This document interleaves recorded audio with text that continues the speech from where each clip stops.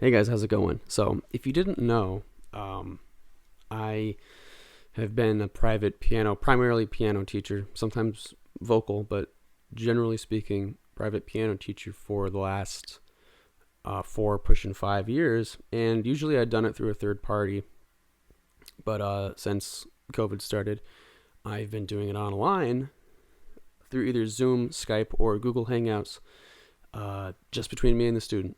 That allows for a lot of scheduling flexibility, more flexibility of the duration of the lesson itself, and even the prices aren't necessarily set in stone.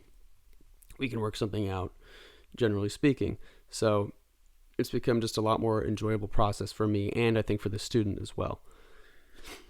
And I do offer a half-hour trial lesson for free, but even so, I thought it would be nice to make a video just to show you guys how, generally speaking, a lesson might go down.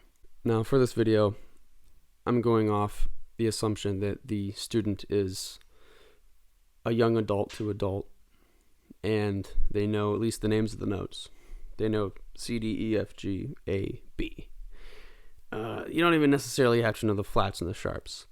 Although I have taught in the past all different ages and many different skill levels.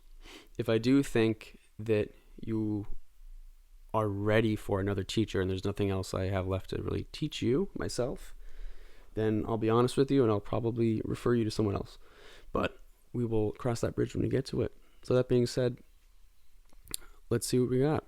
Because this would technically be an introductory lesson kind of thing, I wanted to start with a fundamental topic. I've had many different teachers over the years, but my very first teacher, who was a good teacher, I think she did one thing wrong that sort of undermined my understanding of music and just made it a little harder for me to get going.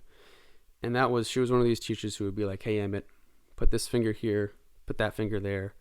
And the next thing you know, I've learned this piece of music. I know to do note, note, note, note, note, note, note, and then the piece is over.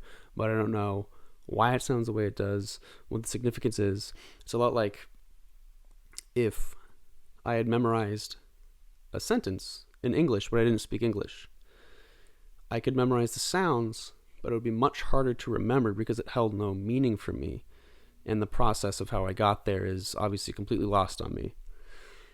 If I'm supposed to memorize a sentence in English and I understand English, it's going to be a lot easier to remember. It's going to be a lot easier to learn the sentence, and it's going to be a lot easier to remember it for a long, long time. Same exact thing for music. If you understand how everything works, it's going to be easier to, maybe if you hear something on the radio, it'll be easier to figure it out on the keys. And if you're learning a piece of sheet music, it'll be easier to remember it in your head when you've learnt a certain passage. The first thing regarding how everything works, is a little term called intervals. Now, for those of you who don't know, an interval is the space between two notes. Now, technically, the smallest type of interval we can have is a unison, which is when two things are creating the same exact pitch. Say I'm playing middle C, and then I'm singing it at the same time. That's unison. But the first and smallest type of interval that has two differentiating pitches is called a minor second, or more commonly referred to as a half step. And we're going to be looking at half steps and then its partner whole steps for this lesson. So again, half steps and whole steps are the most fundamental two intervals, and there's a good reason for that, and we're going to figure out why. But first of all, we want to look at the keyboard itself. What we see are white notes and black notes. Now, I know a lot of beginner sorts of piano books will either attack white notes or black notes first, and they'll introduce one or the other at different times. Some have started with the black notes, and then slowly they introduce white. Some have started with the white notes, and then slowly they introduce black. But I think it's smarter to attack all at once, because they all work together. It's one system, and the only reason there are really black and white keys is to help us differentiate and identify. Not only is it a good visual aid, because it would kind of suck if, let's face it, the keyboard was just a bunch of white notes and there was no shape. it's nice to have this shape of the 3 black notes, 2 black notes, 3 black notes, 2 black notes. This pattern of 3 2 3 2 3 really makes it easier to look at visually and easier to place where a note is, right? But the other thing is, it's also a physical aid. A lot of more studied pianists really don't like the key of C because it has no grip, it has no feel. It's easy to play in the beginning because it's hard to mess up, right? Like, if there's no black notes in it, I don't have to worry about hitting the wrong note at the wrong time, really. I can just play all the white notes. A lot of my younger students like doing that. They roll their finger up like that. And they're like, I played C, right? That's only going to work in C. And even so, it's obviously not the best idea to do that. But that being said, it has no shape, right? It's this flat landscape. And it has no grip. When something has a grip, when you introduce a couple black notes, let's say D has 2 black notes. The use of the F sharp and the C sharp give it a shape. It goes up on the 3rd note, 1 2 3, and then back down. And then for the C sharp up here, then we come back to D. It has a very distinctive shape, physical shape, and that kind of grip helps our muscle memory a lot. So C is actually, it's kind of slidey because there's no grip at all. You just white. There's no distinction between note to note. But in any other key, we're going to have these black notes, and it's going to be easier for us to feel our way around the key, maybe without looking at the keyboard itself, which is a nice thing to be able to do, by the way. A common, I would say, misconception with a lot of my beginning students is that they think the notes themselves are what creates the music. Let's say like a D is a D. If a key is in, like canon in D, you can only ever play canon in D because it's called canon in D. That's not necessarily true. Obviously, if you change the key, it's going to be a bit of a lie if you're calling it canon in D still, but you can have the same tune in any key. Take Star Wars. Oh, that's in C. Now I can play it in E flat. Play it in A. Play it in B. Right? Those are all different groups of notes, and it sounded different when I went from one to the next. But once I got going through the tune, you started to hear how it was the same thing. And that's because, yes, it was different groups of notes, but it was the exact same series of intervals, which again are the distance between notes. So the 2 intervals we're going to look at today are whole steps and half steps. When you're first starting out with piano, you got to learn all the scales and arpeggios, and the most studious advanced pianists still go through their scales and arpeggios. And the first couple kinds you're going to learn are obviously major and minor. Major being usually the very, very first kind you'll learn. So, as we had said before, a C major scale is all the white notes. Right? There's a C major scale. You go, if the scale is called C, then that means you're going to start on C, you're going to go up to the next C, and generally speaking, you're going to come back down. And what C is actually really good for is showing us exactly what is going on with the intervals. Because simply because we don't play a single black note. The black notes are showing us where the whole steps are.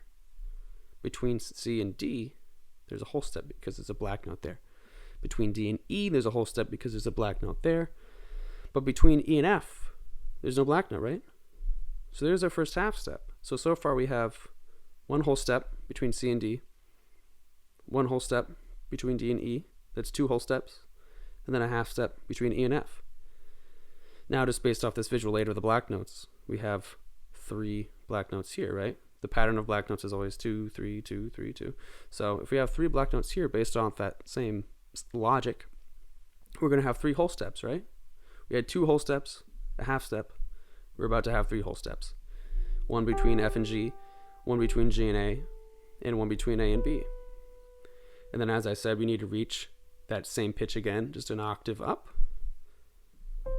And then between B and C, there is no black note, right? So there's another half step. So we played 2 whole steps, a half step, 3 more whole steps, and 1 more half step. And then generally speaking, you just want to come back down with the same group of notes. Obviously, we want to have the proper fingering, which is like saying, my thumb is always going to be on C, my second finger, which is my index finger, is always going to be on D and so forth, but we will get to that later on. So I've just figured out that to play major scale, I need 2 whole steps, 1 half step, 3 more whole steps, and then 1 half step at the very end. Those are the ingredients to every single major scale ever. So if I can remember 2 whole steps, 1 half step, 3 whole steps, 1 more half step, I can figure out any scale ever. Again, you're going to want to know the proper fingering down the line, but that being said, it's going to be really easy to jump from one to the next. And I can figure out every single one right now. So let's go to something really wacky, like, say, F sharp.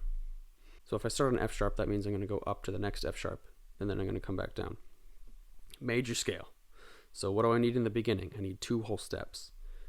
Let's not even worry about the names of the notes right now.